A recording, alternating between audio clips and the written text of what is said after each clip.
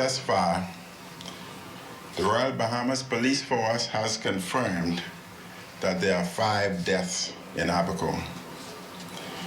Teams will go to Abaco as soon as possible for full and proper assessment and identification. The initial reports from Abaco is that the devastation is unprecedented and extensive.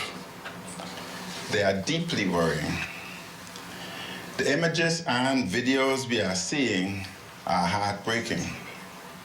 Many homes, businesses, and other buildings have been completely or partially destroyed.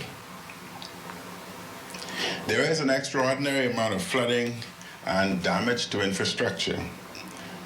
I wish to report that the United States Guard is already on the ground in Abaco and has rescued a number of injured individuals.